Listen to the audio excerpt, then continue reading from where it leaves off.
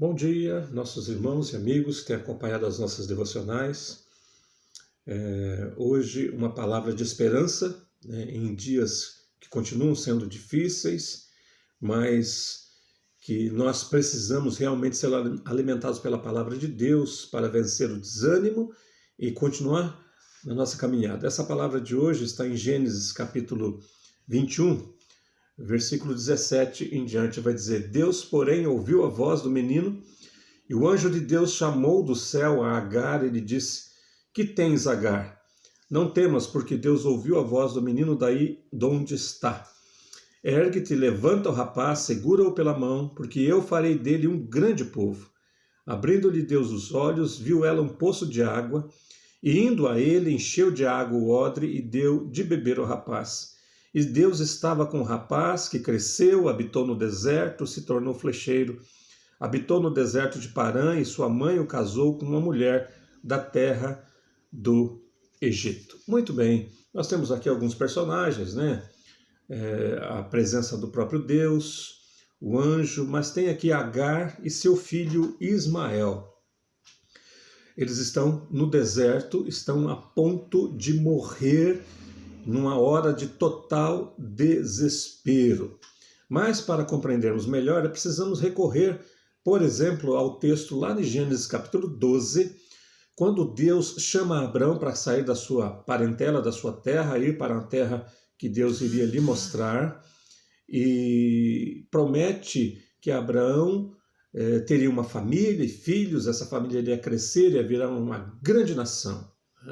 E o tempo vai se passando e o filho de Abraão com a sua esposa Sarai não aparece, não nasce. E no capítulo 15 há ali uma certa dúvida, inclusive, no coração da esposa. Deus ratifica a promessa de dar um filho para aquele casal. A idade vai chegando, Abraão já para mais de 80 anos, e Sarai propõe para ele que Abraão coabitasse com a própria serva, Agar, uma egípcia, uma escrava, para que os dois tivessem um filho. Claro que nós estamos falando aí para mais de 3.000 anos passados, e isso dentro daquela cultura daquela época era algo aceitável, normal diante das circunstâncias, mas não era aquilo que Deus queria. Deus prometeu para Abraão e Sara um filho. Agar engravida, aquilo ali causa um ciúme em Sara, e ela acaba humilhando a Agar, a sua empregada. A Agar foge para o deserto. No deserto há uma promessa lá, no capítulo 16, o anjo encontra a Agar e diz que Deus faria do seu filho uma grande nação, e manda que Agar volte para a família. Agar volta. Depois de um tempo nasce então o filho de Agar com Abraão, que é chamado de Ismael. Mais algum tempo nasce então, cumprindo a promessa de Deus, Isaque, filho de Abraão e Sara. E aí que surgem as desavenças, que surge o problema. Ismael, já um menino, já moço, começa a fazer chacotas com Isaque, filho de Abraão e Sara. Sara não gosta nada disso e exige que Abraão expulse a empregada com seu filho. No capítulo 21 a gente vê que Abraão faz isso. Expulsa e dá apenas ali um cantil de água e um pão para que ela vá para o deserto. Então nós chegamos no momento que nós lemos o texto aqui. No meio do deserto acaba-se a água. Resta então para Agar afastar-se do seu filho e aguardar até que a morte dos dois chegue. Isaque começa a chorar, o capítulo 21, versículo 16 fala sobre isso, Agar chorando, o menino longe dela também, e então o anjo do Senhor aparece enviado por Deus e mostra a Agar um poço de água que ela não havia observado, e ali ela mata a sua sede, ali ela consegue sobreviver, e a partir de então o seu filho cresce, se torna ali um líder e se torna uma nação. Muito bem, esse aí é, de modo muito resumido, toda a história. Primeira coisa que a gente precisa ver: Deus é Deus soberano sobre todas as pessoas, sobre toda a terra. Em qualquer canto da terra, em qualquer nação, em qualquer povo, Deus é o Deus soberano. Deus está olhando para a sua vida também. Segunda coisa, agir de maneira precipitada, agir de modo impensado, sempre vai trazer consequências ruins. Foi o que Sara e Abraão fizeram, não aguardaram ali aquilo que Deus havia lhe prometido, quiseram agir por conta própria, né? O plano ali de Abraão ter um filho com a sua serva.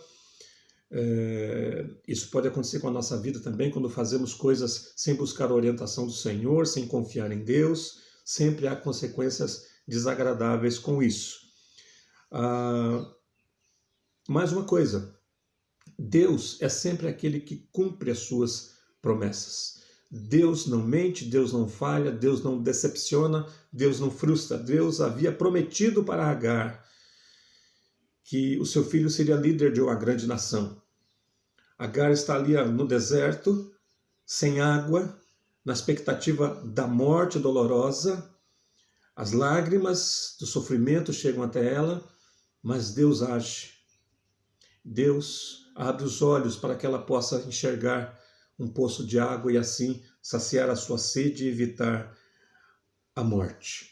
Deus mostra a saída, Deus mostra a solução, Deus mostra um caminho quando as preocupações, quando o desespero, quando a aflição cega os nossos olhos, quando a gente diz não há mais saída, não há mais solução, não consigo resolver, o que é que eu faço?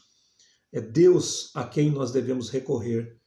É Ele que estende a mão e nos mostra muitas vezes uma solução que está tão perto, mas que a gente não conseguia enxergar por conta do medo, por conta do desespero. O texto vai dizer assim que Deus ouviu a voz do menino, versículo 17. Deus ouve a nossa voz, uma oração sincera.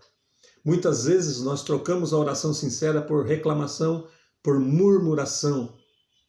É preciso então, no momento da aflição, da preocupação, da dificuldade, nos colocar diante do Senhor, suplicar dele a ajuda.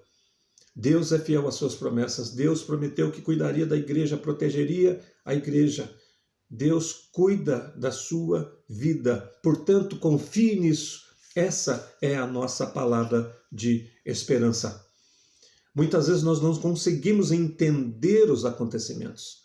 Nos foge a compreensão daquilo que nos cerca, das dificuldades, das lutas. Então é momento de descansar no Senhor. Deus é tão sábio que Ele transforma até as atitudes equivocadas, como a atitude de Sara, de Abraão,